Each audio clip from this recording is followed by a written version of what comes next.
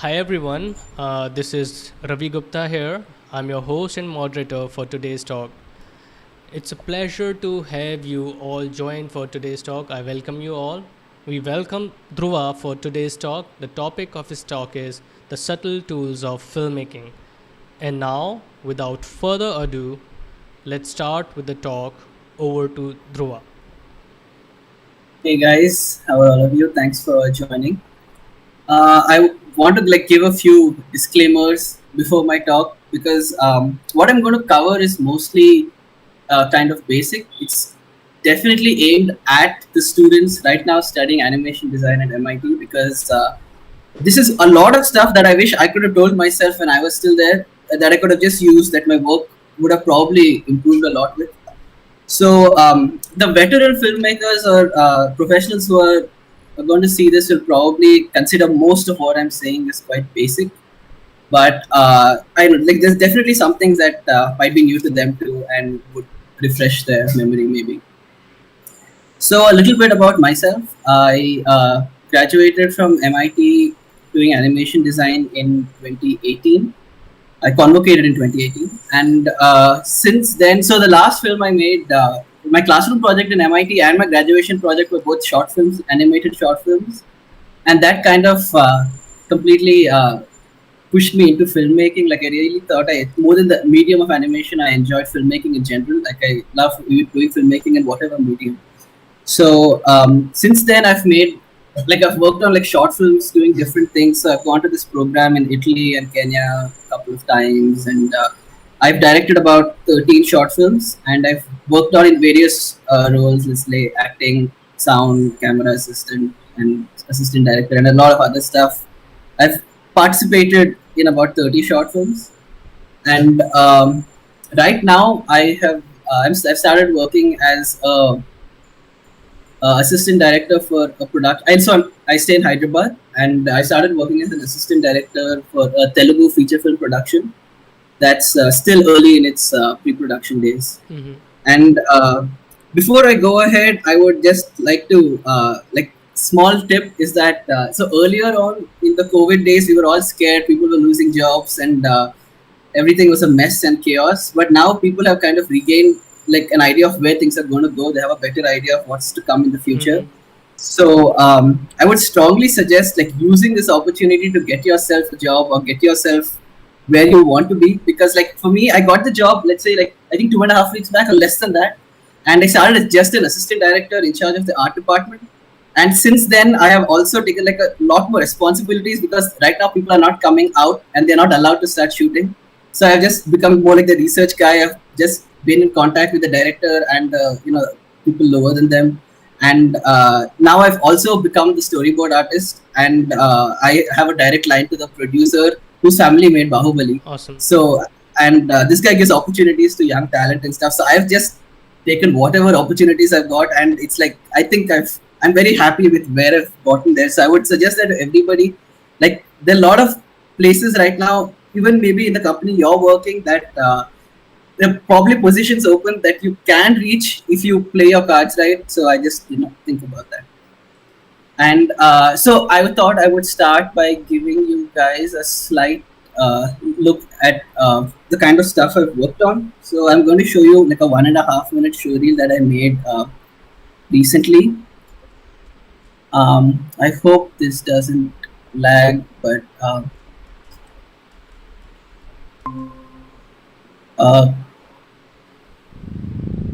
sorry, one second. Oh, is this as full as the screen gets? Okay, Yeah. good. Okay, here you go.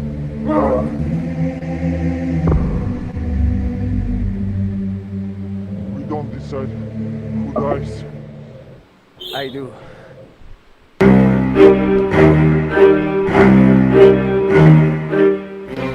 Smettila di seguirmi! È proprio per questo che abbiamo discusso! What the fuck is wrong with you? You've been talking about this since you were 10. That's your biggest dream.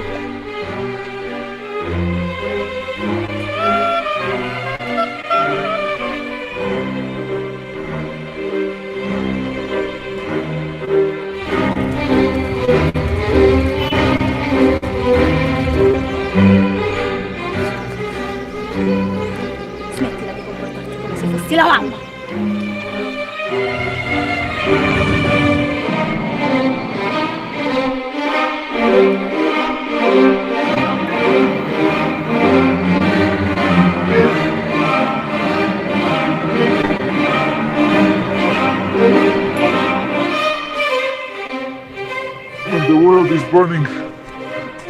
What are you gonna do?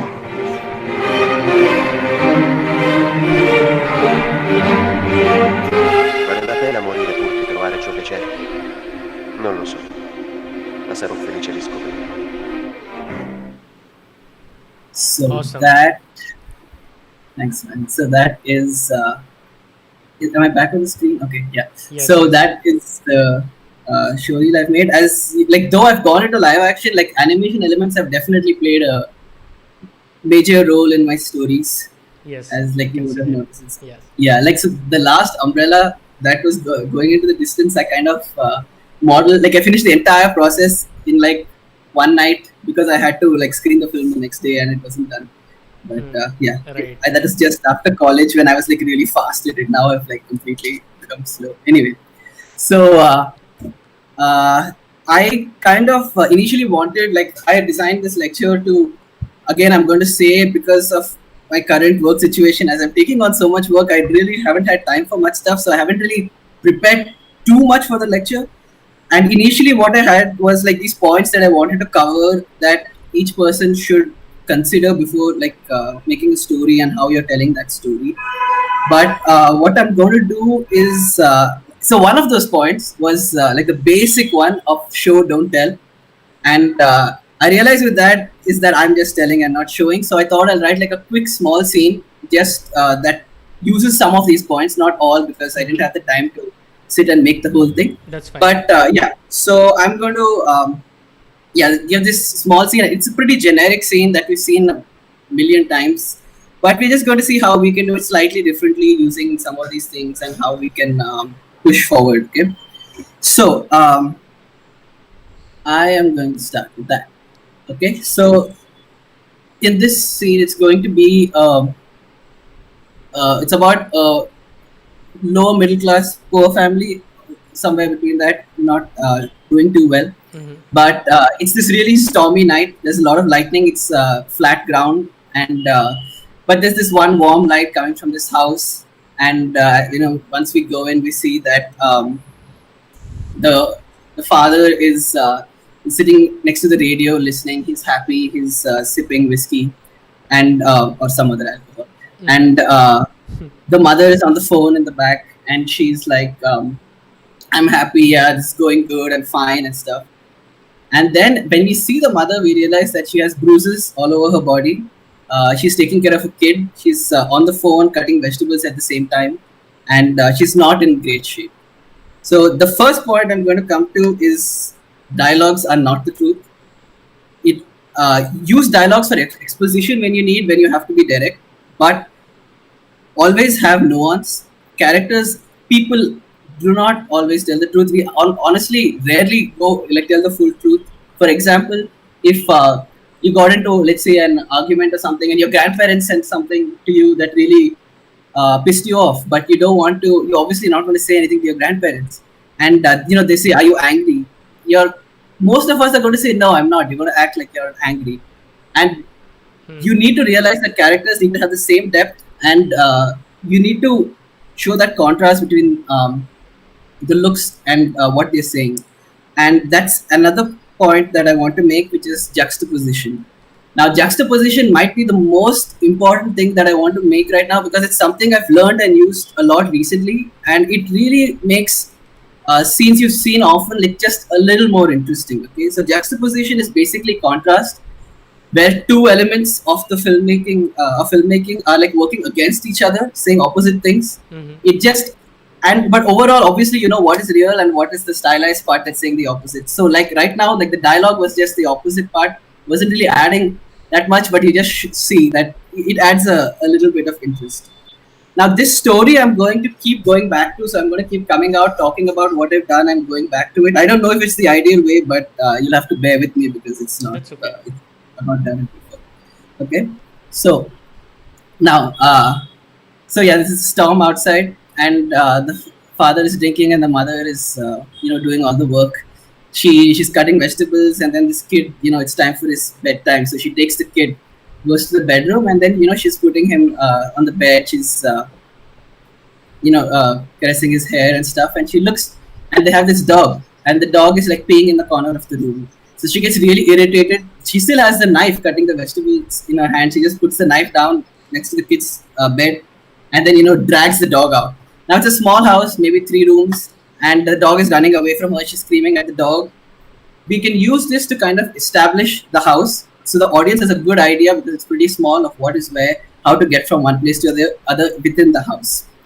And so she is chasing this dog around. She comes and she tells the husband, saying, "This is your dog. You don't take care of it. I have to do everything."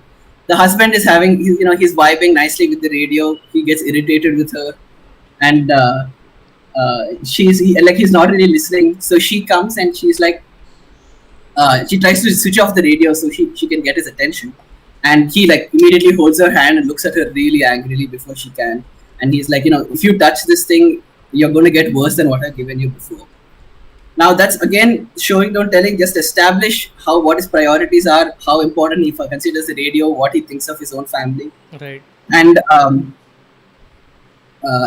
so and then maybe they're already bickering. The wife is like serving him his dinner, and he's drunk by this point. He keeps drinking, and he's going to start accusing her of all these things. And so she, I mean, through this, she maybe she works as like a cleaner or in a rich household or something, and she tells him, saying, "I have to go early tomorrow," or something like that. Now I haven't listened to the dialogues; it's not really important for this, but he starts getting suspicious that she's spending extra time outside the house. He starts accusing her of cheating, and slowly the tension starts building. It starts getting worse and worse. They start screaming at each other, and in his drunken state, he's going to take the bottle and like while he's drinking and like just throw it. Not at her, but he throws it in anger. Yes, and when he does it, like he's kind of surprised that he did it in the first place. But before he can take it in, she's so scared and shocked now that she picks up his radio and is threatening to throw it down. Okay. Now he cares so much about the radio, he's going to get up and say, "Don't you dare throw that radio down." And she's also scared because she knows how much what he'll do if she does.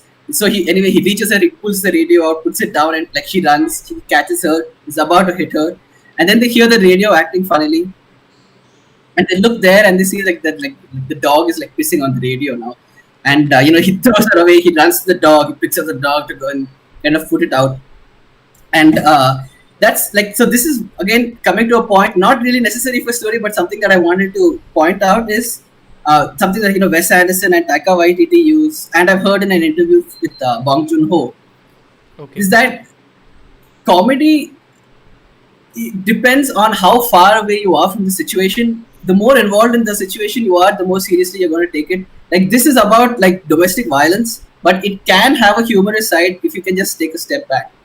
And especially in animation, with all the gags we use, especially for our assignments and stuff, I just want to say that you have the option of not doing this, like the physical humor that we do all the time. Like there are other ways of going about it. Look at the other options, because you might stand out, because not everyone uses dark humor and stuff like that. And so through this point, I actually missed something I wanted to say. But through this point, kind of established, like earlier on, when the mom is serving the dad his dinner or something, they notice that every time lightning kind of strikes ground, that the radio starts. I mean, the radio is already on the fritz because of the storm, but it completely goes off, and then the lightning hits ground. This is I don't know if it's like a scientific thing. It might be. It's not. It's not completely unreal. So they notice that the radio goes off, the lightning hits, and then the radio starts playing again. Now that is something that it brings me to the next point of adding magic to your films. It's something that Mr. Prosenjit Ganguly, who's a really popular animator in the country, came to our college. He was a guest lecturer at one point, and I was showing him the story for my classroom project at that point, and he was like, "Where is the magic?" And I was like, the story was completely anime. I went crazy with the story, and I didn't really stick to realism. But his point was that it's not actual magic. You just need to have these moments that make people like it. It's not completely real, but it's not that like stretching your imagination that far. It just adds something unique. like what. So his example, and that I actually used in my classroom project, was in the film there's a war veteran. So he's my main character, and him and a couple of friends are trapped behind enemy lines. And when his friends see a gap, like an opening, they get up and run out of. They get off the trench, so they're all in this trench. They get off the trench and run. And he asks them to stop because he can hear like warplanes, but it's too late, and they get bombed, and there's this huge explosion. So what he suggested after that is, this guy is really tense. Make him light a cigarette and use the flames from the bomb that killed his friends, and light a cigarette with that. And it's just these small moments. Now, because I've been working in the Telugu industry, like I recently rewatched Bahubali because just to inspire myself, and I'm not really going to give spoilers or anything, but if you haven't seen it, considering the VFX and the amount it's done for Indian cinema, I would strongly suggest all animation students should watch it. So in that, there's this beautiful moment, like it's full of these magical moments, like it's amazing. I never noticed it before, but like there's this scene where this girl goes to the edge of the lake and she's really tired. She just wants to lie down. So she lies down at the edge of the lake and puts her hand in the water. And like how we have these fish massage things, or the cleaning things where they come and bite at your feet in malls. Right. Like it's tiny. Yeah. So she puts her hand at these beautiful tiny neon tetras, this tiny fish. They come and start eating at her hand. And it does not going to affect the story at all, but it makes that moment so much more special. And considering that, especially the students who be working on like short films, those moments are extremely important to have. So just think of these different things that can affect it. Okay. Anyway, coming back to this. One thing. Yeah. So do you have like a presentation as such? Like if there is something like I can like you can present it. Right? No, actually. No, right. I asked because I missed something for Rohan last time. So I'm just asking like, is there something? Because last time I didn't put it on screen. So just asking you. No. Yeah. Not yet. I mean, I will show a couple of scenes from good films later, like just because I want to emphasize the points I'm making. Okay, sure. But no presentation. Sure. Sorry to interrupt you. Continue, please. Yeah. So, okay, coming back to the story now. So, where were we? So, this guy has pushed the dog away from peeing on the radio. And now, they're both standing and staring at each other. Like, the wife is completely rattled. And she immediately looks to the kitchen counter to have something to defend herself because this guy looks like he's crazy and is drunk completely. And he notices that she's looking there too. So she runs to the kitchen counter, but before she gets there, he jumps over the couch and he goes and, he stands there before she can reach a weapon. And now she's completely shocked. She doesn't know what to do. If the storytelling is good enough, people will remember in movies, if you've done it right, that she has left the knife that she was using to cut the vegetables next to her kid's bed. Okay. So now you're going, now like you need her to remember that and go for it. So this guy is standing there and they're talking. Now, as they're talking, he's still accusing her of stuff. She's at this point like completely fed up, like she's done, and he's accusing her of cheating and stuff. And just as he says the next line, the radio goes off. There's complete silence, and he says, maybe that's not even my son. And then she smirks because she just wants to get at him, and she's like, yeah, maybe he's not. And the radio goes off because the lightning is going to hit, and as she says that, the lightning hits. Right. Now, when that happens, he's like, he can't believe she actually said that, and now he storms into the kid's room because he goes, he's drunk, he picks up this kid, like roughly picks up the kid, is staring at the face, he wants to make sure. Now, this woman was okay with everything happening till now, she's used to it, but she will not stand for him hitting the kid. At least like this. So she, at least when he's drunk and treating him like this, so she runs into the room. She puts herself in between him and the kid. He's trying to stop him, and her hand reaches to the table, and the knife is there. Now she picks up the knife, and this is scramble. And by the end, even if she might not have intended it, he gets stabbed. He falls to the ground. So the husband is like fallen on the ground there, and she's like completely rattled at what just happened. She's staring at the kid and the husband. Yeah, and now, as this is happening, as they were fighting and running around in the couch table, the radio was still playing. Okay, so I want to go back to that once and talk about juxtaposition again. The radio is probably playing like a happy song while we are watching this terrible situation take place in a poor household where they have a lot of troubles. Right. And it just pushes the scene a little more.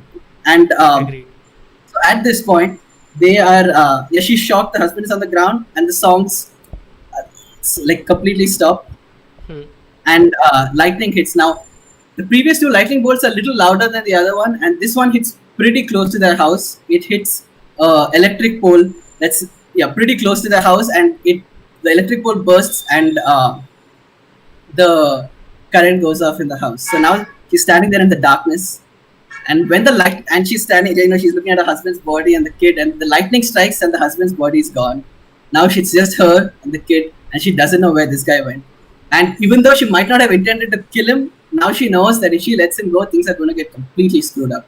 So now she has that knife in her hand, and she has to take care of the kid. Now the electric pole is kind of burst, and like there are sparks. It's not like burst, but like sparks come out of these electric poles, and that's the only lighting that we have in the house. And when that happens, she turns to pick up the kid, and she notices the kid has also wandered off. And she doesn't know where the kid is. She doesn't know where the husband is. And through with these sparks, she's like slow. It's a small house, so she's like slowly going to figure out where he is. And then we see the husband. He's hurt. He's bleeding, and he's like absolutely livid. Like he's become like this monster. And he looks up and he sees the kid, and he's like going to rage at the kid. But then just when he's about to do that, the kid calls him daddy, maybe for the first time. And the moment the kid says dad to him, there's something like this deep instinctual parental thing that happens where he just he realizes like, what the hell am I doing? I mean, this suddenly reminded me of the Martha scene in Batman Mississippi, but I'm not. I wrote this in like a couple of hours. Anyway, okay. So no shit. Yeah, but yeah. So he has this sudden realization. The kid calls him that, and he's he kind of like drops like he drops down. He doesn't know like what to do, and while he's dropping down, the wife sees the shadow of him and the kid on a wall because of the sparks, and she thinks he's attacking him. So she runs out with her knife and to get at him, and he kind of stops her. He pulls the knife away, and in that anger, she kind of pushes him out of the house onto like the area outside, and he's in the rain, and he's like he lifts so through this time. The storm has gotten worse, and the radio is like completely on the fritz. It's like going up and down, and it's like a lot of noise. And he is, like you can sense that anger with all that chaos. And he lifts the knife up outside and is about to run back in. The radio goes off, and then now the lightning directly strikes the knife that he was holding up, and he completely gets fried. That is the scene that I wrote. Now the last entire bit of the scene, I just wanted to show in detail for the lighting. Lighting can really, really drive the story forward, and we just do not use it enough. So in the lighting, like in 2D, we don't necessarily need to use it in our animation style, in our animation stuff, but lighting can definitely push what you're trying to say. And in 3D especially, I would like, lighting is something you have to do, and lighting, the end of the lighting, like what the assignment or whatever your motivation is to light it, shouldn't be, okay, I can see what's happening now. That is not what lighting is for. That's the absolute base of lighting that anyone on the road will know. Like now that you're going to like a design college making films, use the lighting to bring out the story. It's like an extremely powerful tool.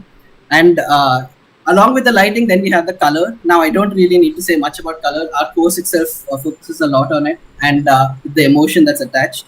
So even color, you can, depending on how stylized you want to go, you can like really, like there are some directors now who like, there was a recent Nicolas Cage film called Mandy where there were scenes that were just red. Like it was one monochromatic thing where it was just the characters in red. And that, you can feel your blood boiling and stuff. It just automatically brings out that emotion really hard.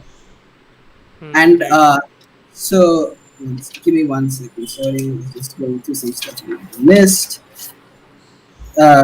So... Right. So lighting can also, like, depending on how consistent it is, like for example, if it's flickering, it's going to affect the edit. It's going to affect, so I'm going to go more on the editing later on, but so the editing is strong enough to actually affect the heartbeat of the viewer that's watching. Depending on how fast your cuts are, you will notice next time while watching a film with some intense scene, just detach from that for a second and just listen to your heartbeat, or like feel your heartbeat. You will realize that it's going at a much faster pace. So lighting can do that as well, and also can be used along with the edit in very clever ways. So that's just something that can and should be used. And also, I mean, the angle of the light that you put on your character, I mean, this, I think, again, it's a basic point that most of us know, but you make weird shadows on their face, they're going to look horrific. If you put a soft, beautiful light, removing the shadows, they're going to look like these perfect, beautiful people. And depending on the angle of the lighting, you can completely change the emotion that you want to show that the character is feeling. So when you're doing acting for animation, basically, and you're animating these characters, like other than just using their movement and stuff, which you should get right, because that is basically animation, use the lighting to push it further. You can like really push it. And True that.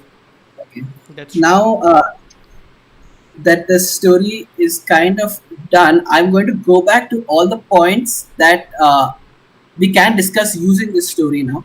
okay. So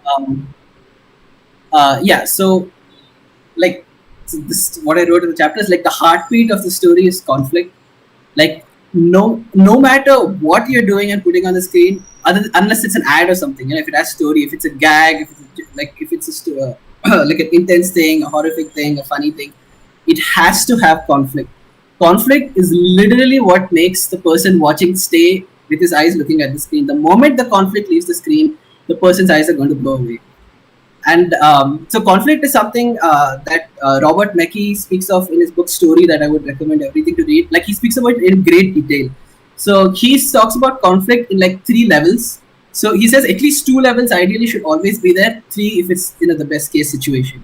So one of the situations is the lowest level, where it's inside your internal conflict.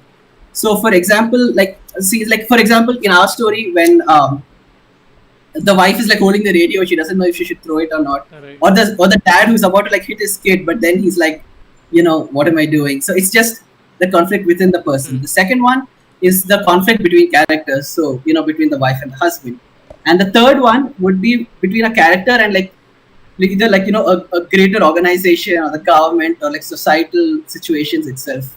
So though it's not really relevant, like prominent in this story, just the fact that they're behaving like this is because they don't have enough cash and stuff. You can be more direct, but this is in a much more direct situation. Okay, so the other thing is set design. Now use your sets to actually make it so that they will push forward the emotion that you're trying to convey and the story that you're trying to convey. Now in this situation, it's a small house.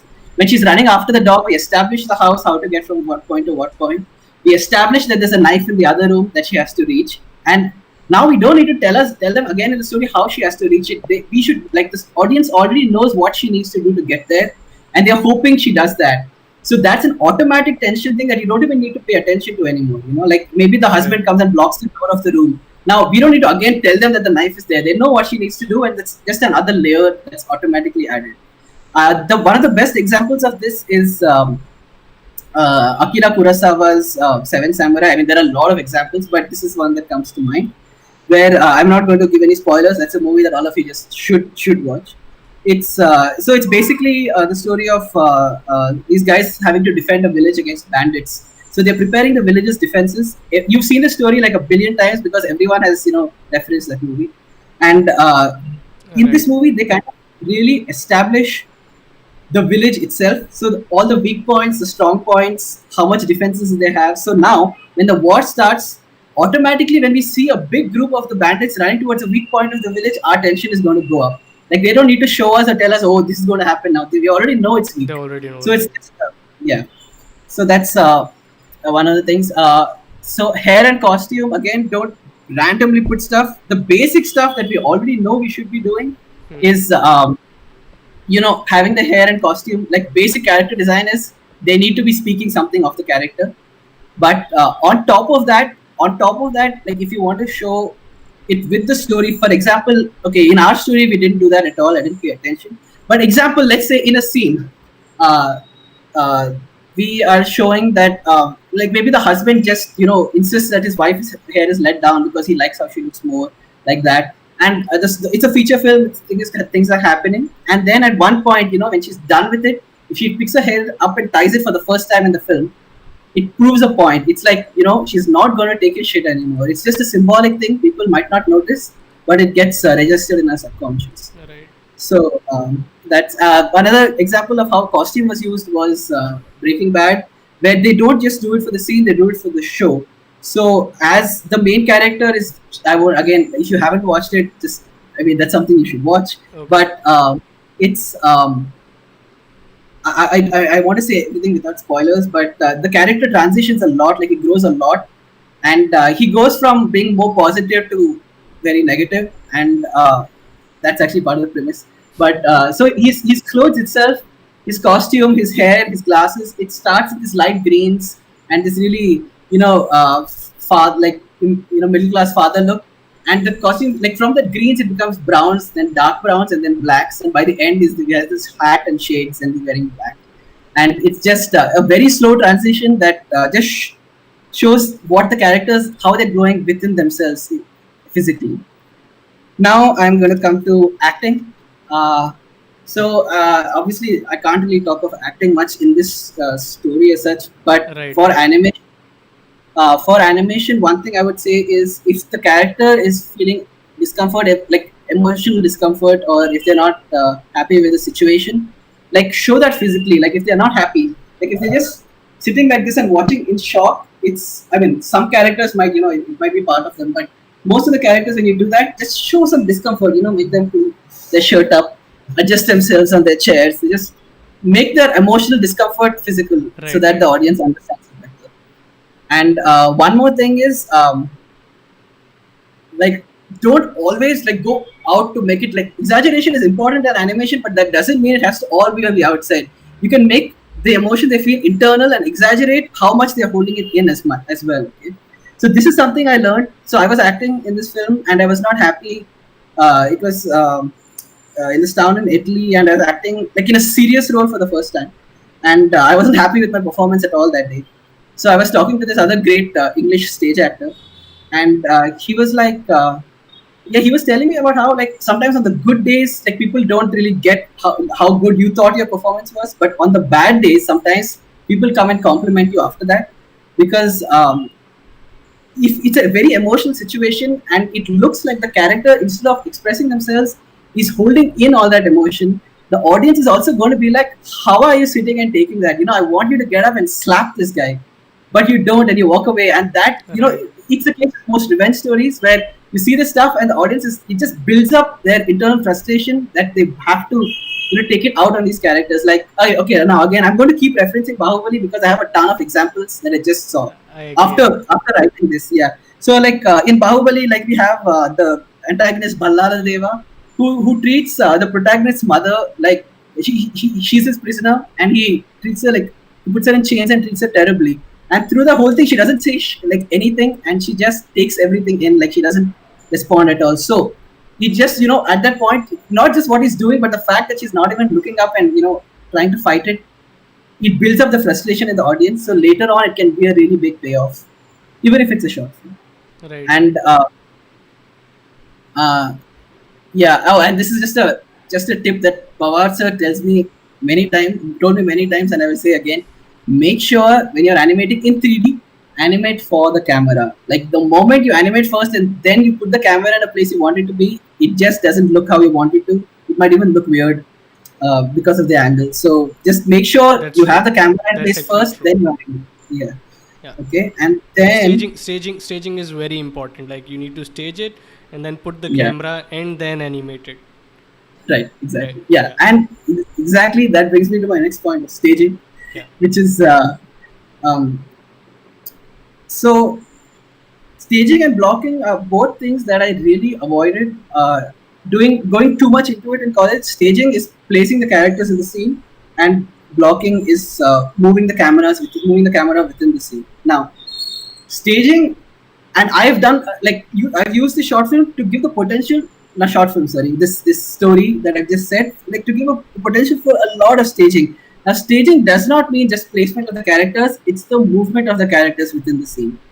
Use this, like the set, make the characters move, give the characters motivation to move, get out, do something else. Now, I understand in animation you have to be practical and be efficient. But I mean, you don't like, for example, if it's just uh, this will come a little bit of composition, but let's say it's just like a mid shot of a character and there's a character sitting in the background. Still make the character which is closer to the camera without having to animate the whole body, make them move around, give them like it's more realistic. Like the number of situations where you're literally just sitting and talking to someone in a natural thing, not when you're going out for dinner and drinks or something. But there's a chance probably at home, even when you're talking to your parents, you're doing something, you're moving around the house and talking at the same time. So I would say what we did here is the whole thing, like the dog, her running after the dog, cutting the vegetables, putting the kid in the bedroom, coming and serving the dad, taking the dog outside. It gives the scope for a lot of movement. Movement is extremely important, especially in animation, because in live action, like if you shoot something, there's a chance, if you have depth, that there is movement in the background. But in animation, like everything is going to be completely still unless you move it. So make the characters move. And this is just I actually didn't just remember this point. I got it from a video thing on Akira Kurosawa, an old defunct YouTube channel called Every Frame of Painting. That most of the stuff I agree. Right. Yeah. So they speak about how he always adds movement to the background. So even in your short films when you animate, like have like some environmental movement in the background. If you're at home, make the curtains move. If you're outside, there's wind, the trees are moving, it's raining. Just even if it's a still shot and the character's just sitting, maybe he's smoking and the smoke is moving. There's rain in the background in our own story. So there's lightning. It just adds more movement and interest. And now let's come to. Okay, I actually would like to for just to get an idea of staging and blocking. I want to show a scene from Citizen Kane. It's one of the greatest films made, and it was made by Orson Welles. It's a 4-minute scene, but it gives you a very good understanding of how they move. It's like it's masterfully done. So I'm just going to right. Please do share. play that before we talk about it. Yeah.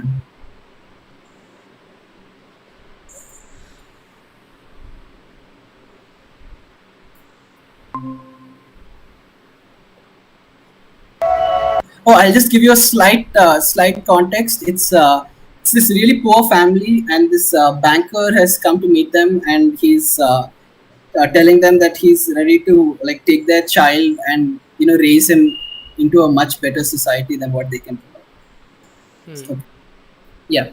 So that gives you a good idea of like just with basic stuff, basic movement, they've kind of added the depth. And like the way they've used the camera, it's quite straightforward. I don't think I need to break it down too much, but yeah, you notice that you first think it's just a shot of the kid playing outside, and then you come through the window, and you can do all this kind of stuff much better in animation. Just move the camera, move the people, and use the camera to kind of Right. show, like let the camera guide the movement, and then let the movement guide the camera as well. And it just adds some movement. So if one thing we can do is, okay, so one thing I just want to point out is if you don't want to cut, so I'll again stress on the editing later, but in the editing at certain times there is rhythm that so rhythm is basically the rate of your cuts, and at some points if you want to like really slow it down, you don't want too many cuts, because as I was saying, it affects the heartbeat and stuff, and people do feel that even if they don't notice it. And if you want to like really slow it down, but if you need a close-up or a medium from a wide shot, as you saw here, let the characters come to the camera. You don't need to take the camera, cut and go close to the characters. You can move the characters around the room, just give them a motivation to do so, and work around it.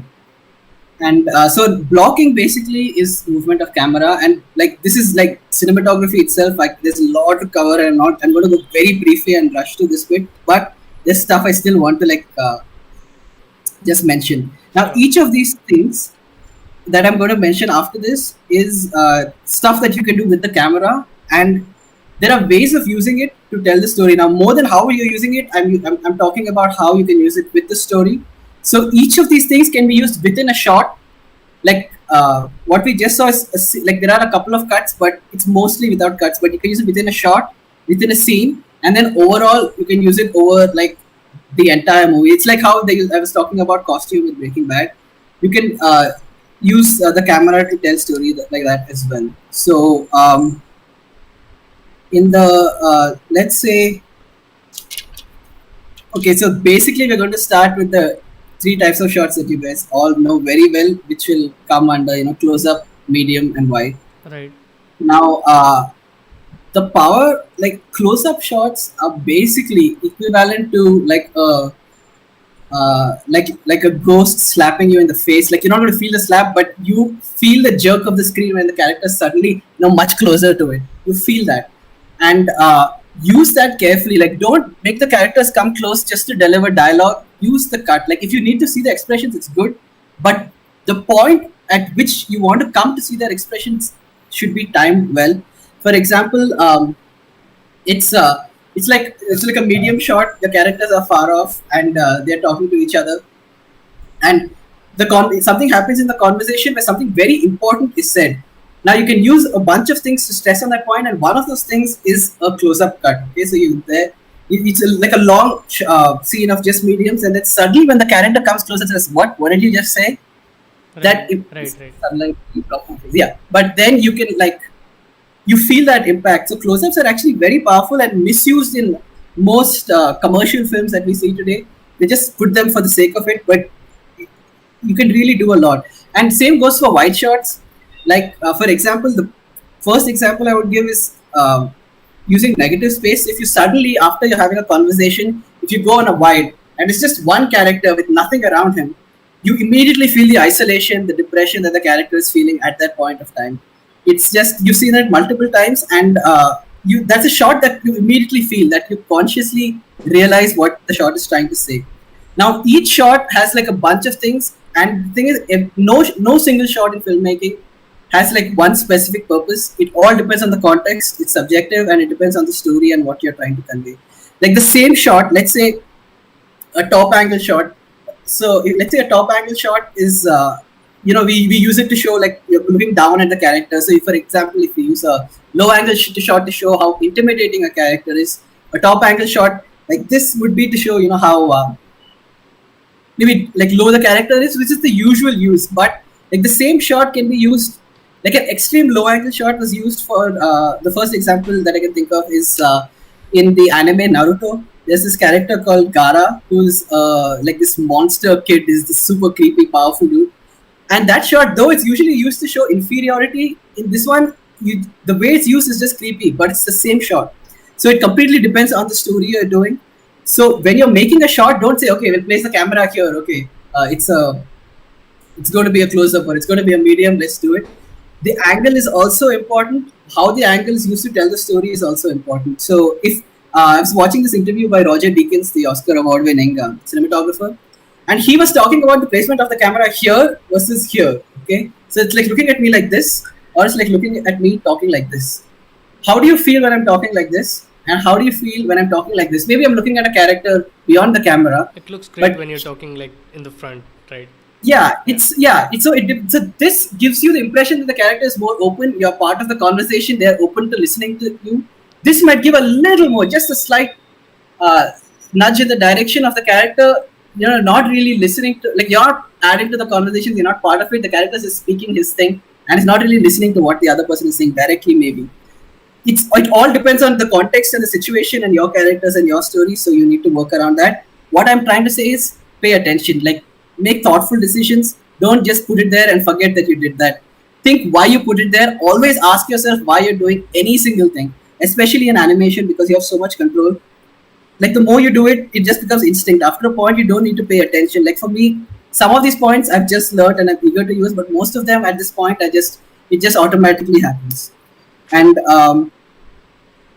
so even I spoke about angles. Have depth. I think this shot that I just showed from Citizen Kane is perfect, of having the, like, behind the house and the window and the table, and just have like, that's, again, it's very basic, but a lot of people tend to put characters with a wall behind them. Don't do that. Like, that has to be absolute worst case scenario, and in animation it doesn't even exist because it's either a drawing or a 3D placement. So have depth in your shots. And like even if it's like in a bathroom, like you can have the character with like the bathroom exhaust, something behind him with something behind him. And foreground. So foreground, middle ground, background. Though it doesn't need to be in every shot. Put stuff. Right. The character can be in any three of those things, but put stuff. Okay. And then camera movement itself. This is again like a whole other thing. I won't go into it, and I won't even go into the names. Like the normal Hollywood terms are like zoom, dolly, jib, and track and stuff, okay. pan. Yeah, but I'm not going to go into it because I realize like even now working in Tollywood that they use different terms. So there's no point going into terms. But this is actually part of the college course, and they will get to learn about it actually. Yes. Yeah, but don't just learn what the movement is called. Learn what you can do with the movement and how to push the story again with that.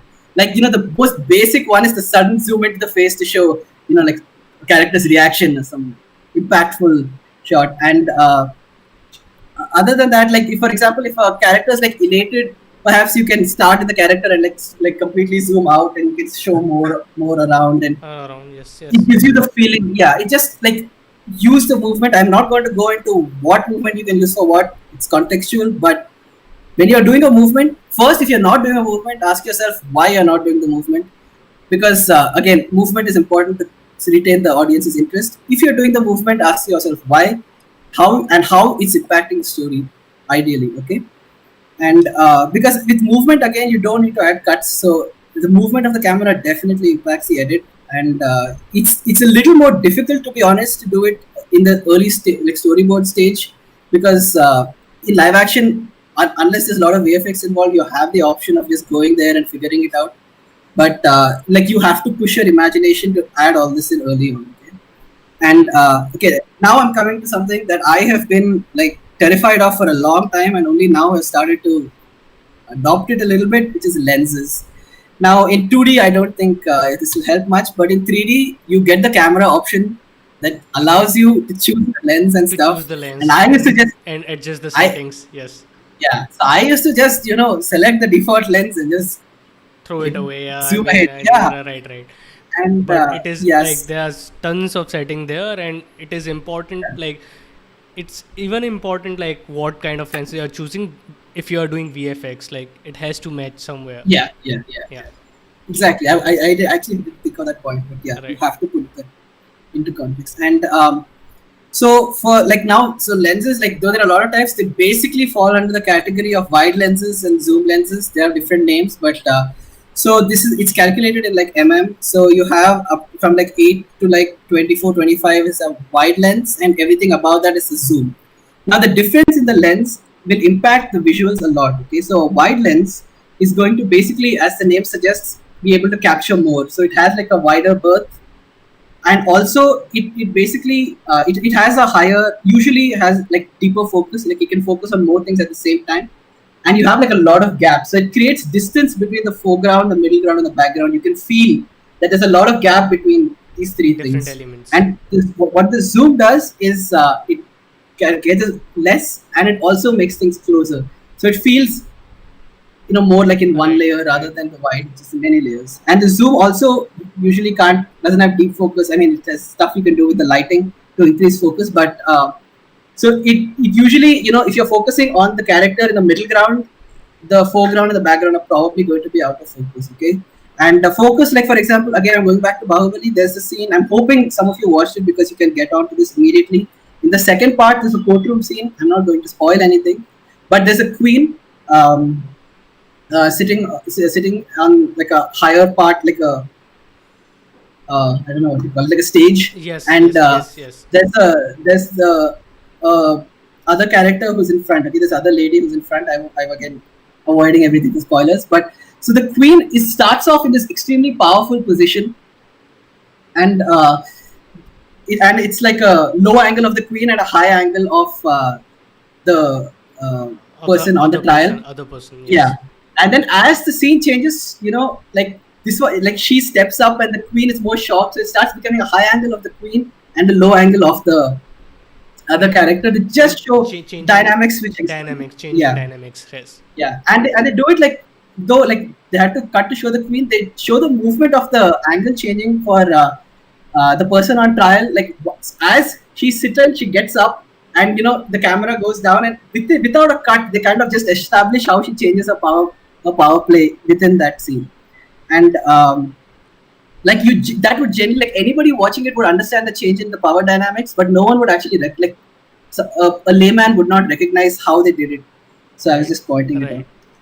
And yeah, anyway, so yeah, sorry. So lens, yeah, so they also like focus. I think it was, yeah. So yeah, this is another thing. Yeah, so so if you have like two characters talking, and like the focus is on them, and like if one character leaves and then the focus shifts to another character in the background standing behind them, you automatically see like, so if something happened in this conversation and the other character is going to react without a cut, just using focus, you can see how you're concentrating on these two first, then he leaves, you're concentrating on this person, and then when the focus shifts, you're concentrating on the person in the back. You can achieve a lot without doing much, just playing with the camera, which we in animation, just in our college, what I've seen till now, we don't do enough as students. So just keep that in mind. And again, movement of the camera, basic stuff. When it's steady, you're going to feel like the characters are confident, more established, it's concrete. When it's handheld, just a slight movement can create massive impact on how you think the character is feeling. They're adding more chaos, the character is uncertain. Suddenly, if the character is uncertain, we'll be showing a scene later from La La Land, though I'll have to talk over it, I guess. But the sudden change in the camera movement will, I'll talk about it again after that. Yes, sure. Now I shall go ahead. Also with the lenses, okay. Now one thing with the lenses is the basic thing that we can use. So in animation, let's say we have a running scene, okay. How would you use, like what lens would you use to show a character running just across the screen? If you use a wide lens, you're going to have like a lot of gap between the character, the foreground and the background. And because of parallax and the character moves, the background is going to move a little slower. But in a zoom lens, everything is going to seem closer. So the amount of background that's moving behind the character is going to be more. So the background is going to move faster. And if your character is running, it's automatically going to seem like the character is running much faster using a zoom lens than using a wide lens. Yes. So yeah, so just think of how your lenses would affect that. You have a lot of stuff on YouTube. So choosing lenses according to the scene and the situation is very important. That's what you're trying to say. Yeah. Yes. Yeah, everything I'm pointing at is not how to do it. It's more like just think of these things. Just the suggestions. Yeah.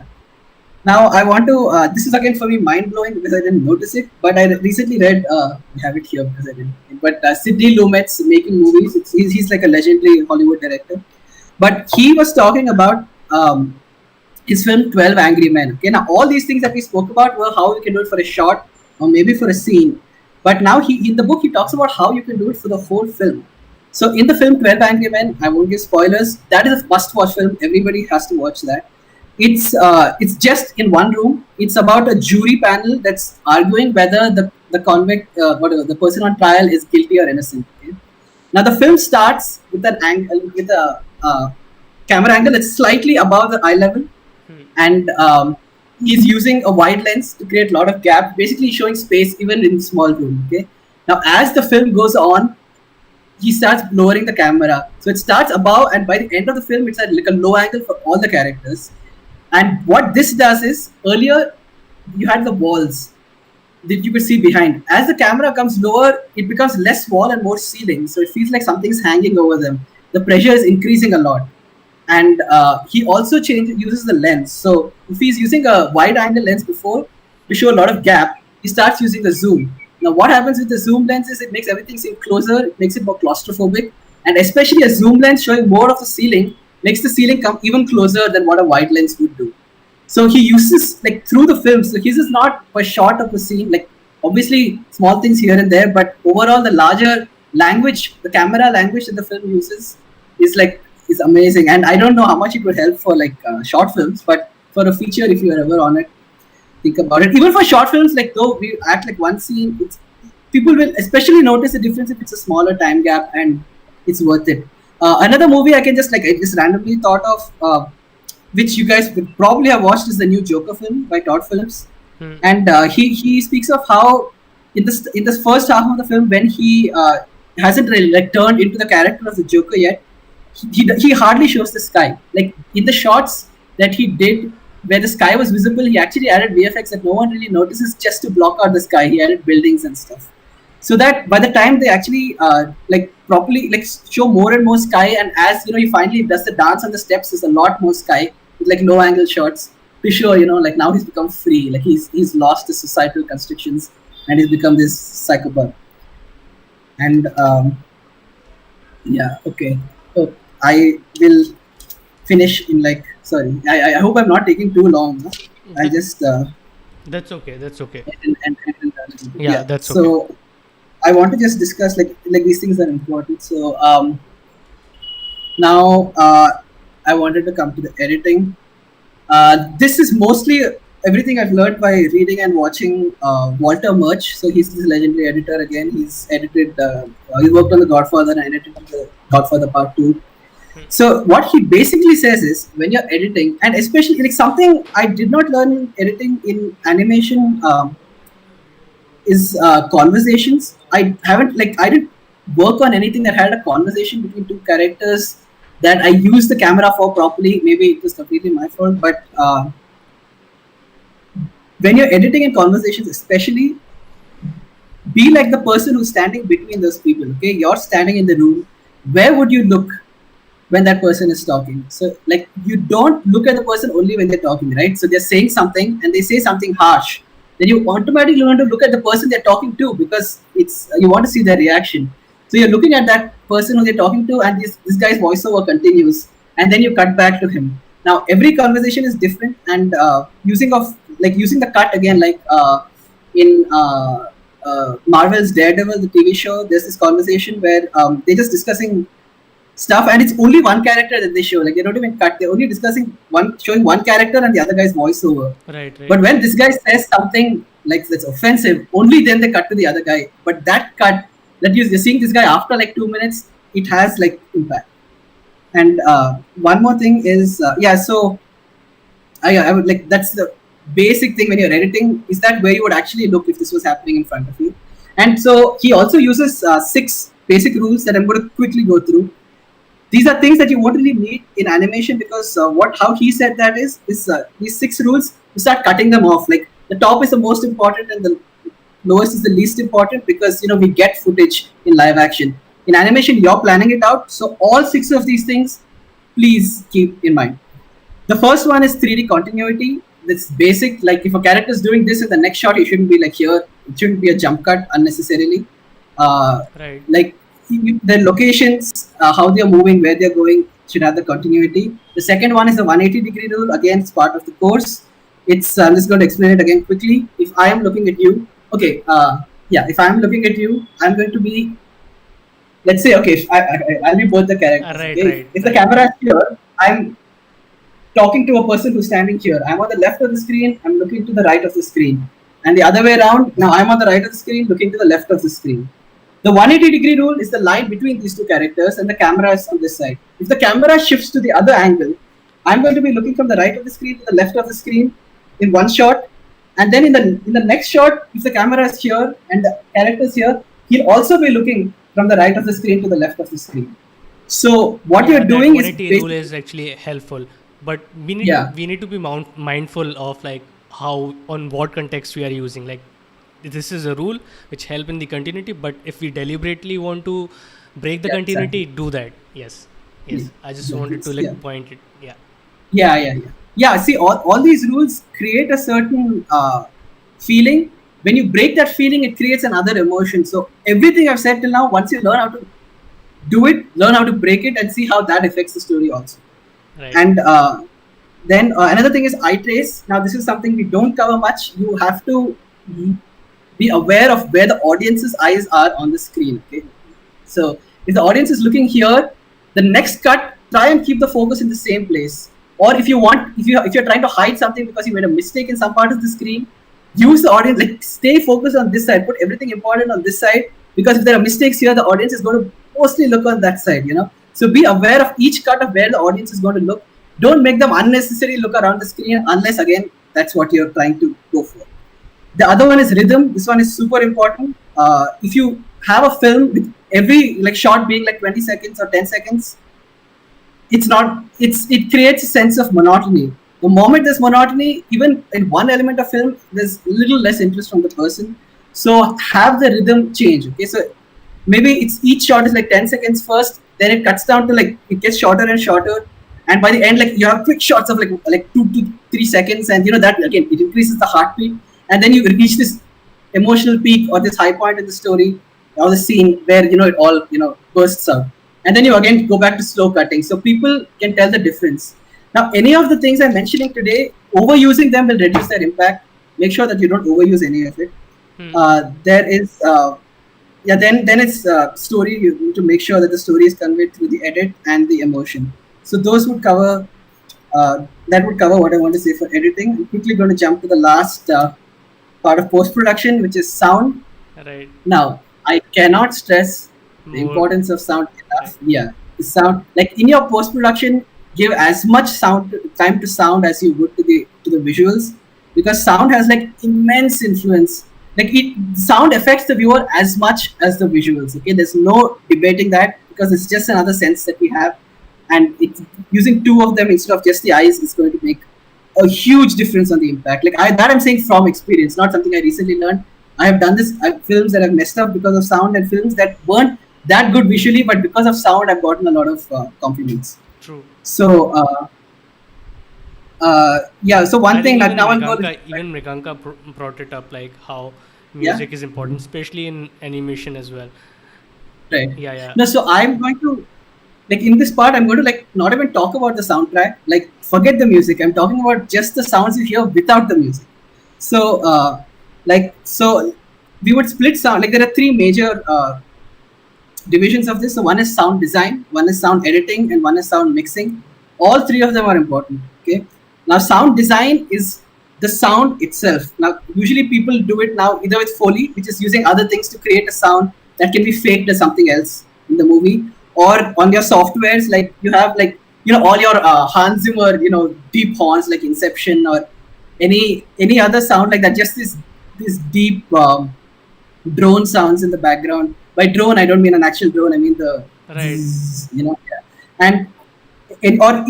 or any of the objects that you want to have a sound, like that's the sound design part. Sound editing is placement of where you want those sounds in the film. Like for example, if there's a like impact sound, it can just be when the character has learned some new information that's dangerous. You just have that's where you place it. And sound mixing is going to be making that sound feel like it's part of the film, not some random thing that shows up and people are like, wait, where did that come from? It doesn't sound like it's part of the original track. And the key to that is layering it. Don't put one music layer and say, okay, I'm done with my film. That is not how it works. Layer your sounds with many things. Have a drone sound, have like birds chirping in the background, have traffic noise, have a bunch of other things other than the dialogue, other than the objects that the characters are interacting with. You have to have like, just everything you would hear if you just listen. Just close your eyes and listen. Add other stuff that will make the scene more impactful, or just enhance the mood. Like they shouldn't be like this sitting and watching. If you want to go super real, I get it, but I think I'm talking more from I prefer stylized, and for me I would say like don't make it like the characters just sitting and looking out of a window. Make them feel that they're watching some intense thing in front of you. And so here I would say so layer your sound, as many layers as you can get that make it sound natural. A basic thing in the edit that I used to make a mistake for is in your Premiere you have a bar that shows you how loud the sound is. Keep that below -6. Okay, the highest the decibels it should go is -6. Nothing should go above that. You have to adjust your dialogue to sound more than music and all that. But it's a simple tool. You just right click to audio gain and then keep max level -6. You can select all and do it at the same time. Make sure you do that. That is like the moment it crosses -6, it's an amateur person directing or making the film. So that's an instant giveaway. Okay, and now so music. One more thing that I've learned, practical thing is, if you have music playing, don't just fade it out. In some scenes that works, or at the end of a scene or the end of a film. But if you're ending music in the middle of a scene, end it with a noise. Okay, so it's like humming, like and then you clap and the sound ends. Okay, so it's like I didn't say that, I didn't show that very well, but your music should end at the same time you add another sound that's at its loudest peak. So the people don't notice that the music suddenly stopped because the sound makes it seem like a more natural end to it. Yeah, like an example of this is in I don't know if you watched Get Out. It won the Oscar for best screenplay. But so in the opening scene, it's this guy who is walking on the street, and there's another car that pulls up. Okay, and this car is playing this loud music, and at the end, this guy from the car, this is the opening scene, comes and gets the guy on the street and tries to kidnap him. Okay? He comes and throws him into the trunk of the car, and as he closes the trunk of the car, the music also stops. So suddenly, the happy thing became this really dark thing where you just watch someone get kidnapped. So the music ended as he shut the lid of the lamp. Right. And I would also say, I would point out for sound to Edgar Wright. Now, Edgar Wright has like amazing edits with like quick cuts which are really amusing. I would like any of his films are an editing masterclass. Any of his professional films, not his early days, but he tends to add sound with every cut. Okay, like if you watch Hot Fuzz, it's like and then it's the actual final thing. So each cut has like sound design and an added thing to it. So he's stressing on the cuts.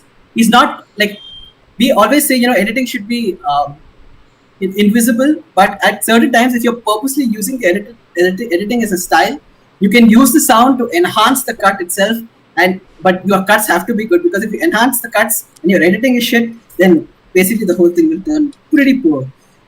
And sound also can get focused to certain things. I mean, there's not much to say about that. And one more thing is, you can use sound stylistically. Like, you don't need to have like something in the scene for the sound to come. Like my favorite TV show is Twin Peaks by David Lynch, and he has this foghorn in the background. Okay, it's just this horn for these factories and stuff. But every now and then, randomly in the scene, it like just blows. It just adds to the world building. It adds to the realistic stuff that there's other stuff going on outside that is not related to your story, that the world is already lived in before your story started.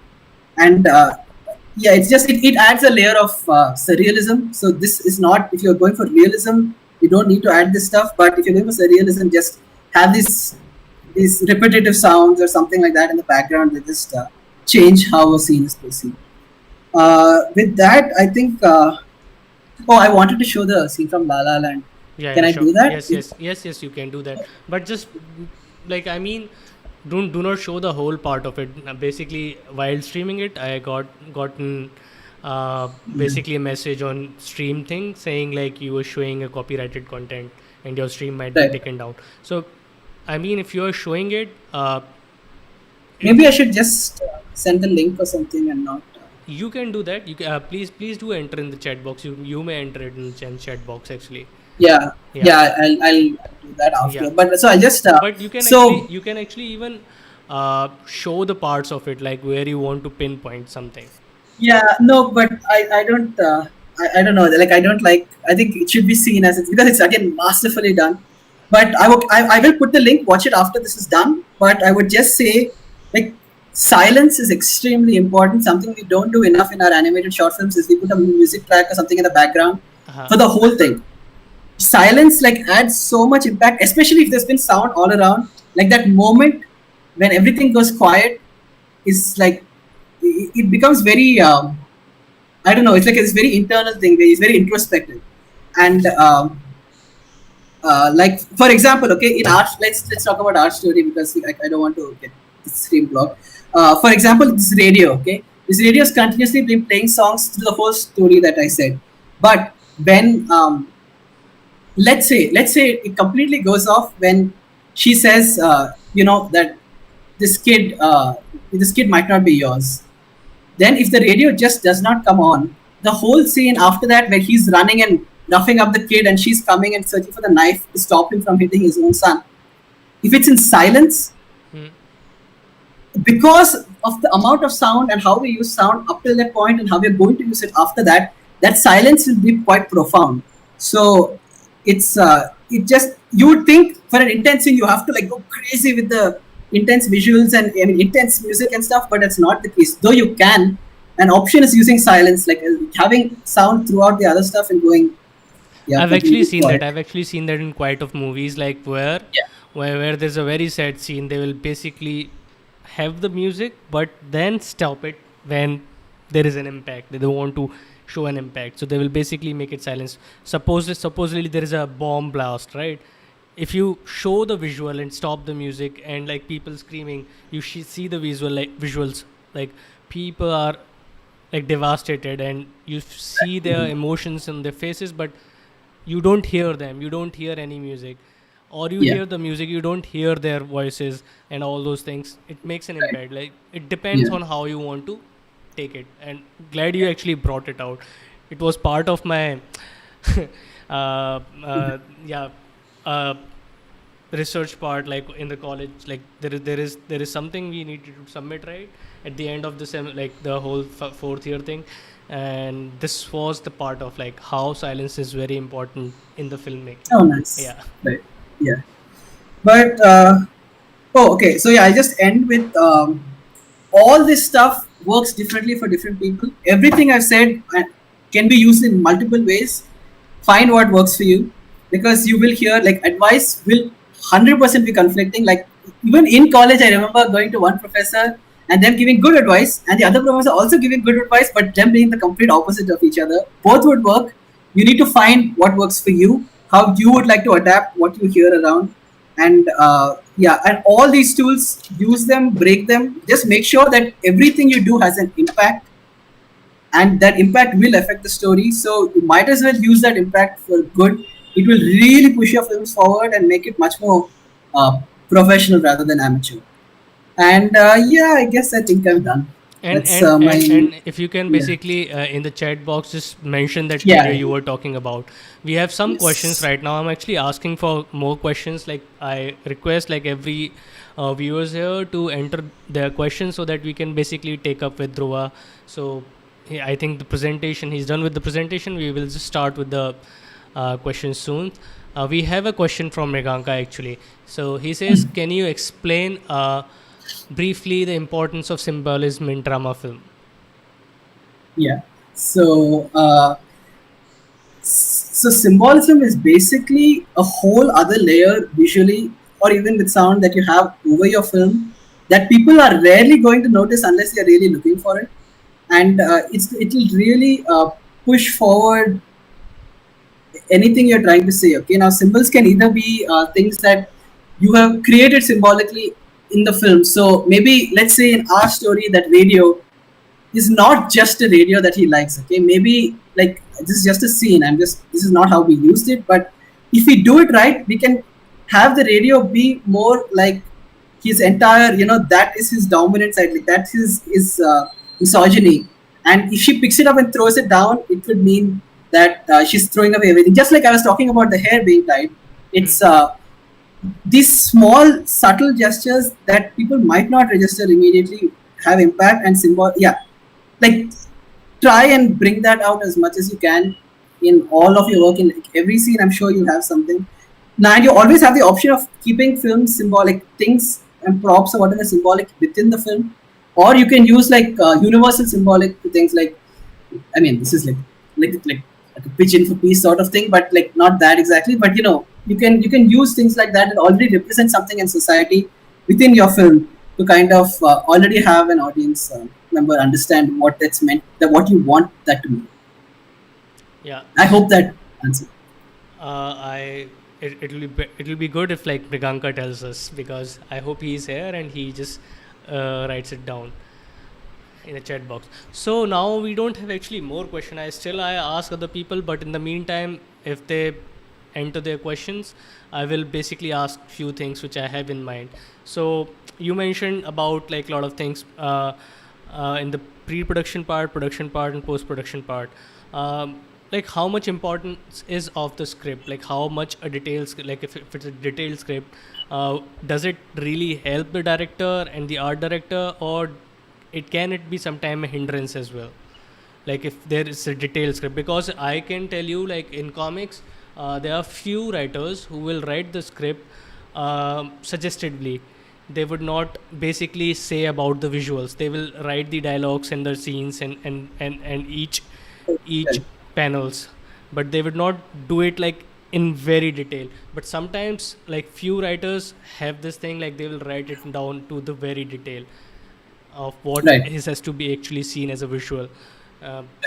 So what is your take Yeah, on that's it? an interesting question. I think firstly, live action and animation would be completely different. In animation, personally, I would suggest going into as much detail as you can. Even in live action, my process is going like I prefer going like 100% prepared with every possible thing. And on set, when you go in live action, everything goes to shit anyway. But your preparation allows you to deal with problems faster and more efficiently. And yeah, as like even Rohan was saying in the previous lecture, it's just you will face problems. But in animation, when it's a more controlled environment, you'll still face technical problems. Your softwares are going to screw you over at some point or the other. Right.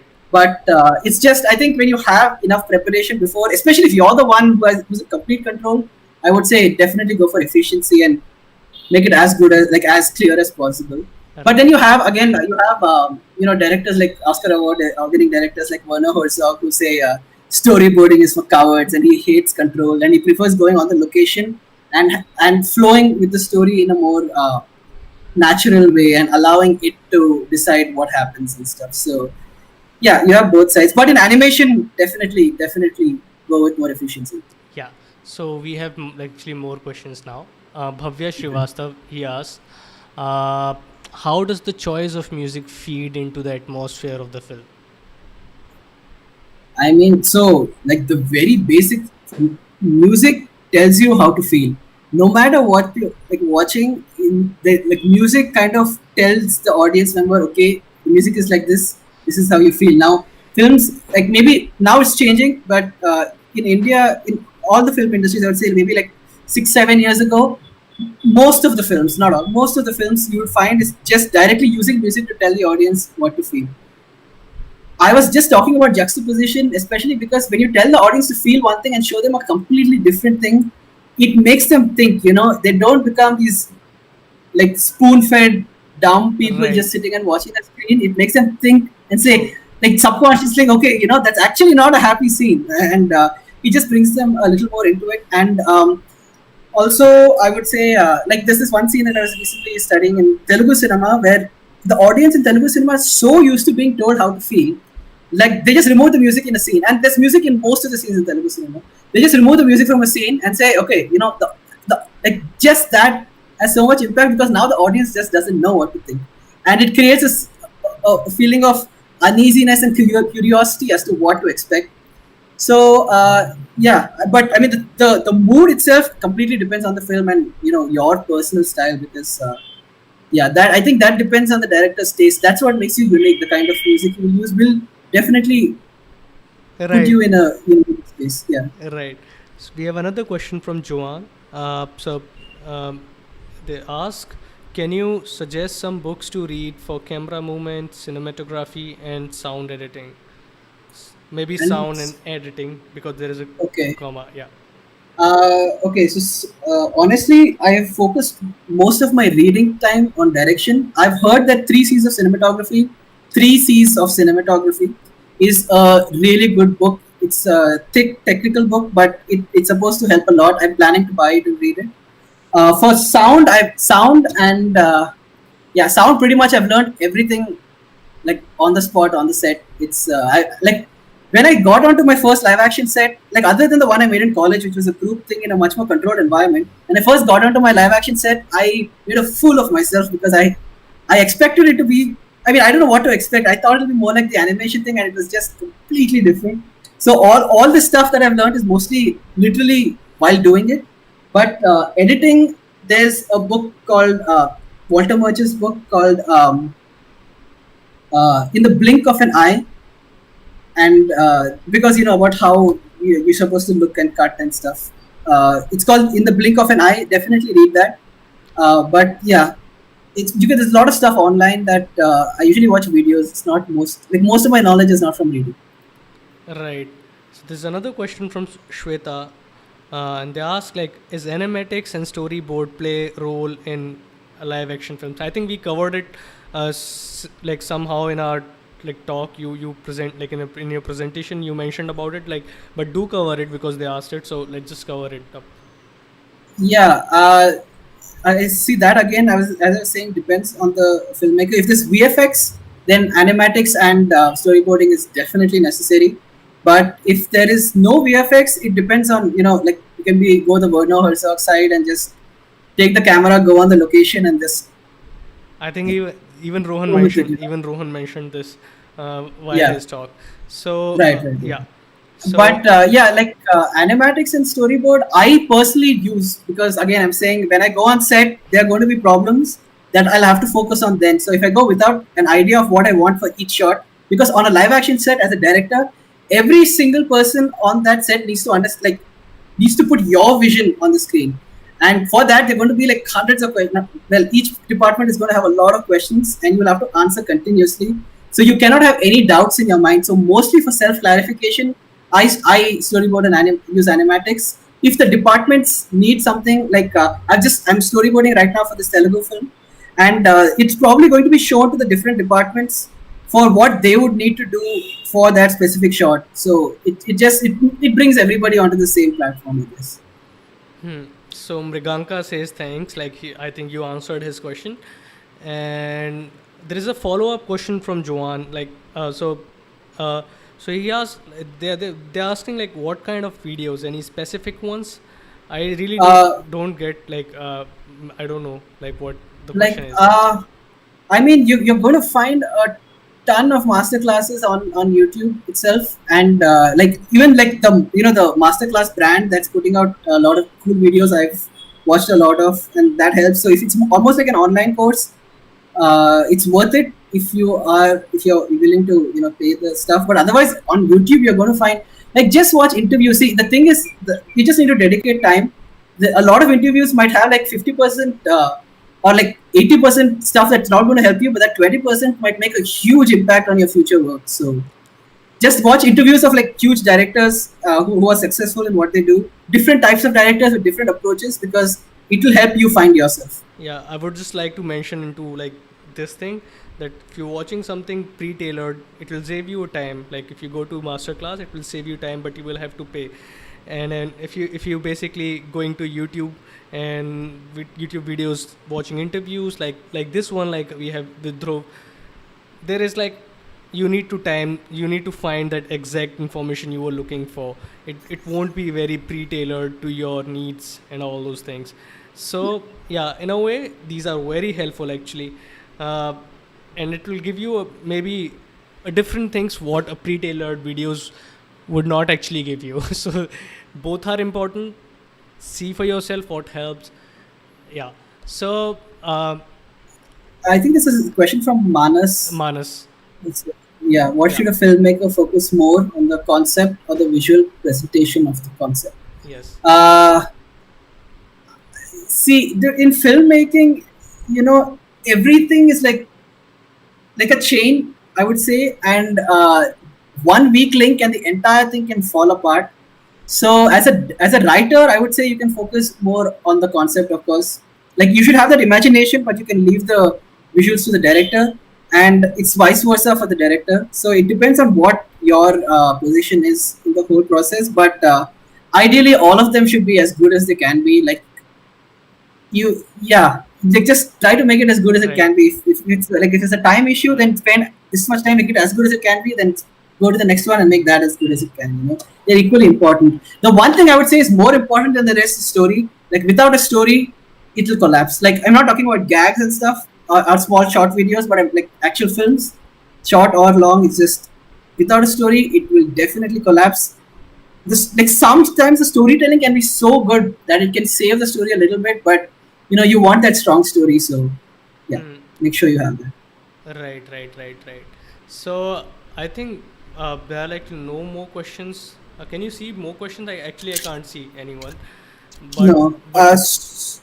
So okay, so I think if that's that, I'm just going to again point out for the one thing, because it made a big impact, is finding before we end, finding like the magic in those moments. Like one more I just want to point out is from Twin Peaks again, where these two characters, like it's one gangster and one kid who's selling, kid meaning like late teens, early 20s, selling drugs for him. And this guy's really pissed with the kid, and he's going to flip a coin to figure out what he's going to do with the kid. and he flips the coin, and you see the coin going up, and both the characters are looking up at the coin, and then it comes back and it lands into the kid's mouth, and the kid starts choking on the coin. So it's you just divert expectations, but also create something like that is not unreal. Yeah, It can happen, exactly. but it's never going to actually happen. So Right. find that. But yeah. Awesome. Awesome. So I think this will be it. Thank you so much, Dhruva, for being here, for basically doing this presentation.